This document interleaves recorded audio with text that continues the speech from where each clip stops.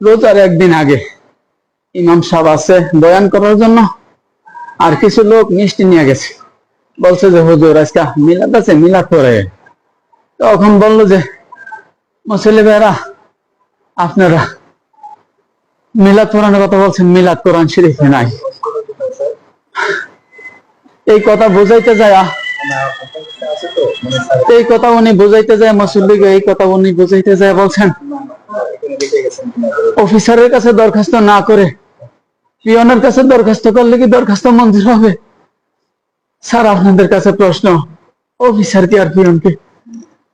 তখন আমার মাথায় ঢুকলো যে আমার দয়াল নবীকে সে পিয়ন বলেছে। স্যার আমার দয়াল নবী কুল কায়নাতের বাদশা, আমার দয়াল নবী ইহকাল পরকালের বাদশা, যিনি আমাদের জন্য কান্দে রব্বে হাবলি উন্নতি করে তাকে পিয়ন বলছে। আমি মানতে পারি নাই।